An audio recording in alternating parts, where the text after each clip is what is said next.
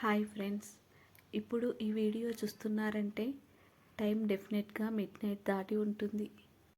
చుట్టూ అంతా నిశ్శబ్దం, రోడ్లు ఖాళీగా ఉన్నాయి, ప్రపంచం అంతా నిద్రలోకి వెళ్ళిపోయింది. కానీ మీ మనసు మాత్రం ఇంకా మేల్కొనే ఉంది కదా. బెడ్ మీద పడుకున్నా నిద్ర రావటం లేదు. అటు ఇటు దొర్లుతూ కళ్ళు మూయాలని ట్రై చేస్తున్నా మనసు మాత్రం మాట వినటం లేదు.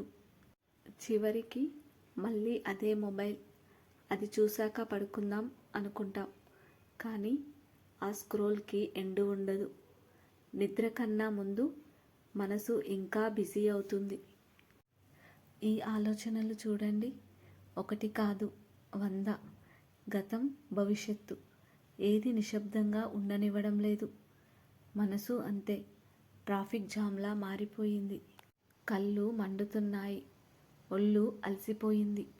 కానీ బాడీ రెస్ట్ అడుగుతుంటే బ్రెయిన్ మాత్రం ఇంకా పరుగులు తీస్తుంది. పాత రోజుల్లో సూర్యుడు అస్తమించగానే మనుషులు నిద్రకు సిద్ధమయ్యేవారు. కానీ ఇప్పుడు మనకు ఆర్టిఫిషియల్ సన్ ఉంది, అదే మన ఫోన్. ఈ స్క్రీన్ నుండి వచ్చే నీలి వెలుగు మనకు తెలియకుండానే నిద్రను కలిగించే హార్మోన్ని నెమ్మదిగా చంపేస్తుంది. మనమే మన నిద్రకు శత్రువులం అవుతున్నాం. రేపు ఏమవుతుంది? జీవితం సెటిల్ అవుతుందా? అతను అలా ఎందుకు అన్నాడు? ఈ ప్రశ్నలన్నీ కలిపి మన మెదడులో ఒక కలకలం సృష్టిస్తాయి. కానీ ఫ్రెండ్స్, ఈ అశాంతికి ఒక పరిష్కారం ఉంది. మన భారతీయ సంస్కృతిలో మనకు శతాబ్దాల క్రితమే ఈ సమస్యకు సమాధానం దొరికింది. అదే భగవద్గీత. ఇది కేవలం ఒక గ్రంథం కాదు, ఇది మన మనస్సుకు ఒక మందు, ప్రత్యేకంగా నిద్రలేమితో బాధపడే వారికి. అర్జునుడు అడిగాడు, కృష్ణ, యోగి అంటే ఎవరు అని. అప్పుడు కృష్ణుడు చెప్పిన మాట ఈరోజు కూడా మన జీవితాన్ని మార్చగలదు. అతిగా తినేవాడికి శాంతి లేదు, అలాగే అసలు తినని వాడికి లేదు. అతిగా నిద్రపోయేవాడికి కాదు, అసలు నిద్రపోని వాడికి కాదు. జీవితంలో కావాల్సింది బ్యాలెన్స్. నిద్ర అనేది టైం వేస్ట్ కాదు ఫ్రెండ్స్, ఇది ఒక హీలింగ్ ప్రాసెస్. మన బాడీ, మన మనసు నిద్రలోనే మళ్ళీ కొత్తగా తయారవుతాయి. మన సమస్య ఏమిటంటే పనిని మాత్రమే కాదు, ఫలితాన్ని కూడా మనమే మోస్తున్నాం. కృష్ణుడు అంటాడు, ఫలితం నాది కాదు అని వదిలేయమని.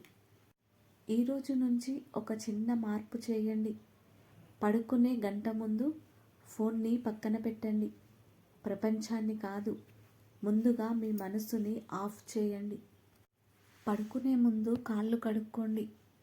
ఇది చిన్న పనిలా అనిపించవచ్చు, కానీ ఇది మన నరాల్ని నెమ్మదిగా శాంతింపచేస్తుంది. ఇప్పుడు మీ శ్వాసను గమనించండి. శ్వాస నిదానంగా మారితే ఆలోచనలు కూడా నిదానంగా మారుతాయి. మీరు ఒక సముద్రపు ఒడ్డున ఉన్నట్టు ఊహించుకోండి, లేదా ఒక ప్రశాంతమైన అడవిలో ఉన్నట్టు. ప్రతి శ్వాసతో మీ బాడీ ఇంకా లైట్ అవుతుంది. మీ మనసు ఇప్పుడు ఒక నిశ్శబ్ద సరస్సులా మారుతుంది. ఎలాంటి అలజడి లేదు, కేవలం ప్రశాంతత మాత్రమే. గుర్తుంచుకోండి, మీరు ఒంటరివారు కాదు, ఈ సృష్టి మిమ్మల్ని నడిపిస్తుంది. ఇప్పుడు కళ్ళు మూసుకోండి, హాయిగా నిద్రపోండి. Good night. ఓం శాంతి. Please like and subscribe.